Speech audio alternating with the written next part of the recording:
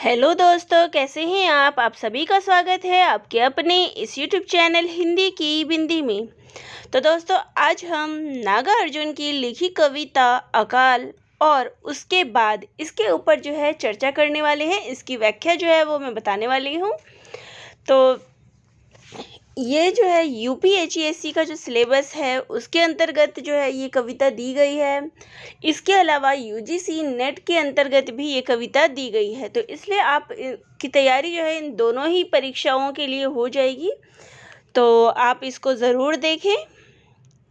तो सबसे पहले अगर बात करें इसके प्रकाशन वर्ष की, तो इसका प्रकाशन वर्ष, तो इसके लेखक हो गए नागार्जुन, और इसका प्रकाशन वर्ष जो है वो है 1952 ईस्वी।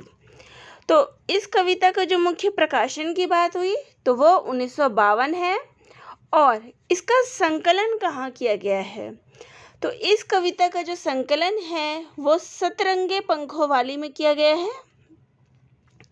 जो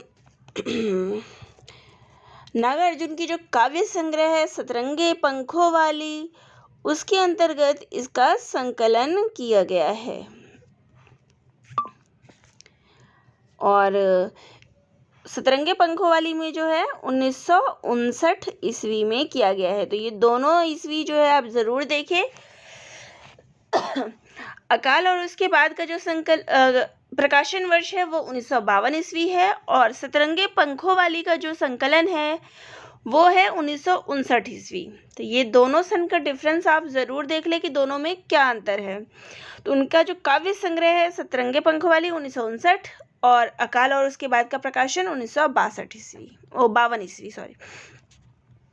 तो ये दोनों चीज़ें जो है क्लियर हो गई। जैसे कि इसके नाम में ही हमें पता चल जाता है अकाल और उसके बाद, यानी कि इस कविता में हमें अकाल की घटना का वर्णन मिलता है, और उसके बाद की जो स्थिति है उसका वर्णन हमें इस कविता में देखने को मिलता है। तो इस कविता में हमें अकाल से जो बेबस ग्रामीण लोग हैं उनका चित्रण देखने को मिलता है, और मनुष्य को रखे बिना ही, तो इस कविता में जो है किसी मनुष्य का जिक्र जो है वो नहीं हुआ है। तो इस कविता में मनुष्य को रखे बिना ही अकाल की भयानक स्थिति का जो है वर्णन किया गया है। ये कविता जो है 8 पंक्तियों की कविता है। तो ये सभी जो है वो मुख्य बातें हैं इस कविता की, तो ज़रूर सुनिए इनको। तो 8 पंक्तियों की एक कविता है जिसमें अकाल की स्थिति है। पहली 4 पंक्ति में अकाल की स्थिति है, और अंतिम 4 पंक्ति में उसके बाद की स्थिति का वर्णन किया गया है। तो इसमें हमें आशा और निराशा दोनों की अभिव्यक्ति देखने को मिलती है। निराशा जहाँ पे अकाल की व्यंजना हुई है, और उसके बाद की स्थिति जो हमें आशा दिखाई देती है, उम्मीद। और इस काव्य में केवल हमें ये नहीं दिखाया गया कि अकाल का प्रभाव जो है केवल मनुष्यों पर भी ही पड़ता है, नहीं, इसके अलावा जो अन्य प्राणी हैं उस पर भी अकाल का क्या प्रभाव पड़ता है, इसका बहुत ही गहरा चित्रण जो है नागार्जुन ने अपने इस काव्य में किया हुआ है। तो अकाल के समय की जो मनहूसियत है उसका चित्रण हमें इस कविता में देखने को मिलता है। साथ ही अगर इरादा पक्का हो तो हर मुसीबत का सामना जो है वो किया जाता है, और उसके बाद जो है एक आशा की उम्मीद भी निकल पड़ती है। तो यही इस कविता का मूल भाव है, इसका उद्देश्य है। तो चलिए अब हम इसकी पंक्ति शुरू करते हैं। कई दिनों तक चूल्हा रोया, चक्की रही उदास, कई दिनों तक कानी कुतिया सोई उसके पास। तो यहाँ अकाल के समय की परिस्थिति जो है देखने को मिलती है। संपूर्ण वातावरण जो है वो शोकमय है, दुख में डूबा हुआ है, क्योंकि सर्वत्र जो है वो अकाल और भुखमरी छाई हुई है। तो क्या हो रहा है इसमें, कई दिनों तक चूल्हा रोया, यानी कि कई दिनों तक जो है घर का चूल्हा जो है वो जला ही नहीं है, जैसे कि वह रो रहा हो, क्योंकि घर में कोई राशन कुछ भी नहीं है जो उस चूल्हे पे बन सके, तो इसलिए बिल्कुल ही वो सूना पड़ा हुआ है। चक्की रही उदास। तो घर में जो है अनाज भी नहीं है जिसको पीसा जाए, इसलिए जो चक्की है घर की वो उदास सी प्रतीत हो रही है,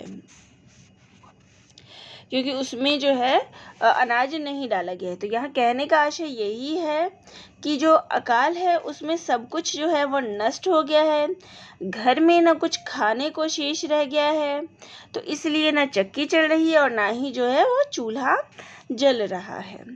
कई दिनों तक कानी कुतिया सोई उसके पास। तो यहाँ पे पहली पंक्ति में अगर रोने और उदास होने से है कि वो जो अपना कार्य करते थे वो नहीं कर पा रहे, तो यहाँ पे हमें मानवीय अलंकार भी देखने को मिलता है, मानवीकरण अलंकार। चूल्हे के रोने की बात हो रही है और चक्की के उदास होने की बात हो रही है, तो यहाँ पे मानवीय अलंकार का भी प्रयोग हुआ है। आगे है कई दिनों तक कानी कुतिया सोई उसके पास।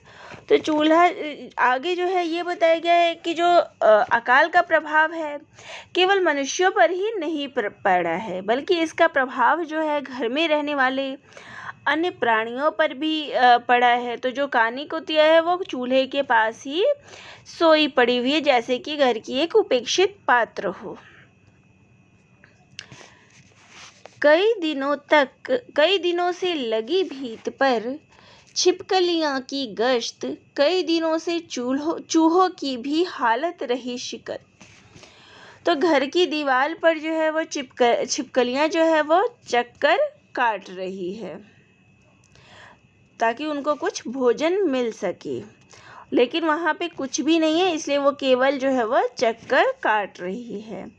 और चूहों की भी वही हालत है, चूहे भी कई दिनों से भूखे घूम रहे हैं, क्योंकि घर में अनाज ही नहीं है तो कैसे कोई कुछ खा सकता है। तो यहाँ कवि ने कहने का अर्थ जो है ये है कि प्राकृतिक आपदा ने केवल मनुष्यों को ही नहीं अपितु घर में रहने वाले हर छोटे जीव जंतुओं को प्रभावित किया है। चाहे जैसे कि अगर कानी कुत्ते की बात हुई, छिपकली की बात हुई और चूहों की बात हुई है, तो सब पर जो है इस अकाल का जो है वो प्रभाव पड़ा है। तो इस कविता में जो है पशुओं के दुख का भी वर्णन किया गया है कि अकाल में वो भी दुखी हैं, और तो घर के सभी प्राणी पर जो है इस अकाल का प्रभाव पड़ा है, सभी की हालत जो है वो भूख से तंग है, इसी का वर्णन यहाँ किया गया है। तो ये जो था अकाल का वर्णन था कि अकाल में सभी की, चाहे वो प्राणी हो चाहे वो जीव जंतु हो, सभी पर इस अकाल का क्या प्रभाव पड़ा है। अब इसके बाद की जो पंक्ति है, 4 लाइन की पंक्ति है, उसमें हमें अकाल के बाद की स्थिति का वर्णन जो है वो देखने को मिलता है। तो चलिए पढ़ते हैं। दाने आए घर के अंदर, कई दिनों के बाद धुआं उठा आंगन के ऊपर, कई दिनों के बाद चमक उठी घर भर की आंखें, कई दिनों के बाद कौवे ने खुजलाई पांखें, कई दिनों के बाद। तो यहाँ पे जो है इन पंक्तियों में अकाल के बाद की स्थितियों का जो है वो वर्णन किया गया है, जिसमें कि जितनी भी परिस्थितियाँ थी वो सब संभलती हुई प्रतीत हो रही है, और इसका चित्रण बहुत ही भावुकता के साथ जो है कवि नागार्जुन जी ने जो है वो किया है। तो अकाल के बाद जो है कई दिनों के बाद घर में के अंदर जो है अनाज के दाने आए हैं, और उसके बाद जो है धुआं जो है, इससे घर के जितने भी प्राणी हैं उनमें नई चेतना जागृत हुई है, क्योंकि घर में क्या है, अनाज के दाने आए हैं, जिससे घर में चक्की भी जल पड़ी क्योंकि अनाज का दाना आ गया, और चूल्हा जो है वो भी जल गया। और चूल्हे के जलने से जो धुआं है चूल्हे का, वो घर के आंगन ऊपर उठता हुआ नज़र आ रहा है कई दिनों के बाद। तो घर के जितने भी प्राणी हैं वो सभी खुश हैं। चमक उठी घर भर की आंखें कई दिनों के बाद। तो घर के जितने भी प्राणी हैं, यहाँ चमक उठी घर भर की आंखें, यानी कि घर के जितने भी प्राणी हैं, चाहे वो मनुष्य हो, पक्षी हो, जीव जंतु हो, सभी की आंखें जो है वो चमक उठी है, एक उत्साह, एक खुशी जागृत हुई है लोगों के अंदर, क्योंकि अनाज के दाने घर में आ गए हैं।